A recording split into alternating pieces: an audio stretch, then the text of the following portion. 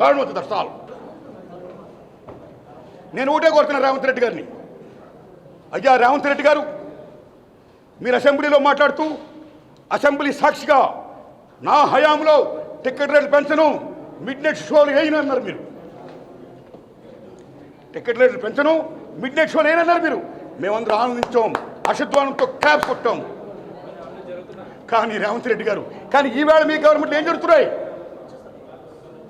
గత గవర్నమెంట్ మీ గవర్నమెంట్ కూడా ఎవరైతే వచ్చి వాళ్ళు నష్టాలు చెప్పుకుంటున్నారో, మాకు ఇంత ఖర్చు అయిపోయింది, టికెట్ రేటు పెంచకపోతే మాకు గతి లేదు అని అంటున్నారో, మీరు వెంటనే ఇమ్మీడియట్గా వాళ్ళందరికీ టికెట్ రేటు పెంచుకోమని మీరు జీవో పాస్ చేస్తున్నారు. ఇక్కడ మీరే కాదు, అక్కడ ఆంధ్రప్రదేశ్ గవర్నమెంట్ కూడా 2 రాష్ట్ర ప్రభుత్వాలు ఇలా టికెట్ రేటు పెంచడం అనేది దారుణం.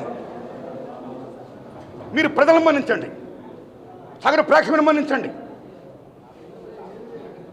మీ డిమాండ్ ఫ్రమ్ ద పీపుల్, వాళ్ళని మన్నించండి. డబ్బు లేకపోతే మళ్ళీ మిగతా సినిమాలు ఎక్కడ చూస్తారు వాళ్ళు? అప్పు సొప్పు చేస్తే ఇంత డబ్బు పెట్టేసి చూస్తే మిగతా సినిమాలు ఎక్కడ చూస్తారు వాళ్ళు? తర్వాత చూద్దాంలే, మనం ఓటీటీ చూద్దాంలో ఎక్కడ చూస్తూ ఉంటారు. మిగతా సినిమాలు చాలా డ్యామేజ్ అయిపోతుంది.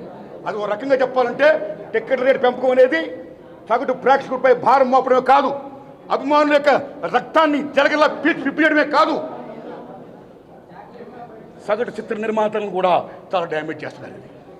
అది కరెక్ట్ కాదు. ప్రేక్షకుడి ముందు మనం కాపాడుకోవాలి. ప్రేక్షక దేవుడు అంటాం మనం. సినిమా అనేది తీసేవాడు, చూసేవాడు, చూపించే సినిమా. అందుకే సినిమా ఇండస్ట్రీ పరిశ్రమ నిర్మాతతో పాటు, దర్శకులతో పాటు 24 క్రాఫ్ట్స్తో పాటు వాళ్ళు ఎంత ఇంపార్టెంటో, ప్రేక్షక దేవుళ్ళు ఎంత ఇంపార్టెంటో, వాళ్ళిద్దరికి మధ్య సంధానకర్తగా ఉండే సినిమా థియేటర్లు అంటే దేవాలయాలు, అది అంత ఇంపార్టెంట్. కాబట్టి ఈ సినిమా ఇండస్ట్రీ మనుగడ సాగించాలంటే, అందరం బాగుండాలంటే దయించి రేవంత్ రెడ్డి గారు, చంద్రబాబు నాయుడు గారు దయించి టికెట్ రేటు పెంచకండి సార్. మీకు హంబుల్ రిక్వెస్ట్ చేస్తున్నా, దండం పెడుతున్నా. సగటు ప్రేక్షకులు మీరు గౌరవించండి sir. You must respect the people, my wholeheartedly, I am requesting you, please.